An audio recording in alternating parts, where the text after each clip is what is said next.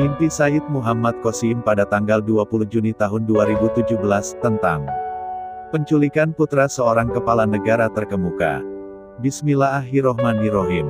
Assalamualaikum warahmatullahi wabarakatuh. Aku melihat sebuah istana besar dalam mimpi ini dan sebuah acara sedang diselenggarakan oleh kepala negara. Ada banyak orang di sana dan aku menemukan diriku hadir di acara tersebut. Tiba-tiba terjadi sesuatu dan beberapa orang tiba di tempat tersebut dengan melepaskan tembakan. Orang-orang mulai berlari ke segala arah untuk menyelamatkan diri sendiri. Penjaga keamanan istana mencoba melawan dan menghentikan orang-orang itu.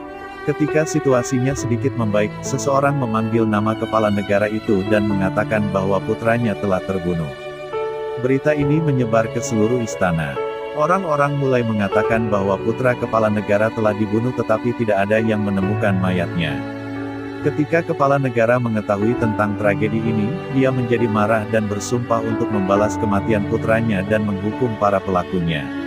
Berita kematian putranya yang sangat mendadak ini langsung menyebar ke seluruh dunia.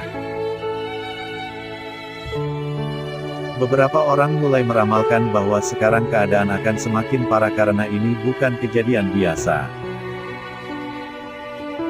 Kepala negara itu menghabiskan banyak energi dan sumber daya untuk mencari tahu keberadaan pelakunya.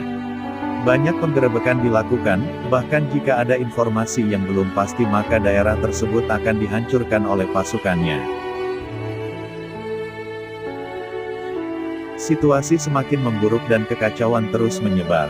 Akibat kejadian ini banyak negara lain yang terkena imbasnya, bahkan Pakistan juga terkena imbas dari kejadian tragis ini.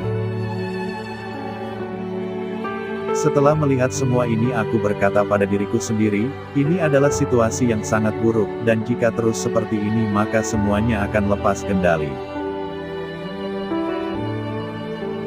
Untuk menilai situasi dengan lebih baik, aku memutuskan untuk pergi ke suatu tempat. Ketika aku sampai di sana, aku melihat bangunan seperti menara dan melihat beberapa orang berada di sana. Mereka keluar dari gedung itu dan tiba-tiba sekelompok orang lain tiba di sana dan melepaskan tembakan ke arah mereka dan mereka juga membalas tembakan tersebut. Aku bersembunyi di suatu tempat, dan setelah beberapa waktu, suara tembakan sudah tidak terdengar lagi, dan aku keluar dari tempat persembunyianku, dan melihat hampir semua orang mati. Aku berkata pada diriku sendiri, pasti ada sesuatu yang disembunyikan orang-orang ini di dalamnya. Lalu seorang pria yang terluka berkata kepadaku bahwa ada seorang pria di dalam gedung itu dan dia memintaku untuk membantu pria tersebut karena ada orang yang berusaha untuk membunuhnya. Aku masuk ke dalam gedung dan setelah berjalan selama beberapa waktu, aku tiba di lantai atas gedung dan menemukan seorang pria terluka terbaring di sana. Ketika aku mendekatinya, aku terkejut karena ia adalah putra kepala negara yang dicari-cari pembunuhnya itu, dan ternyata dia masih hidup.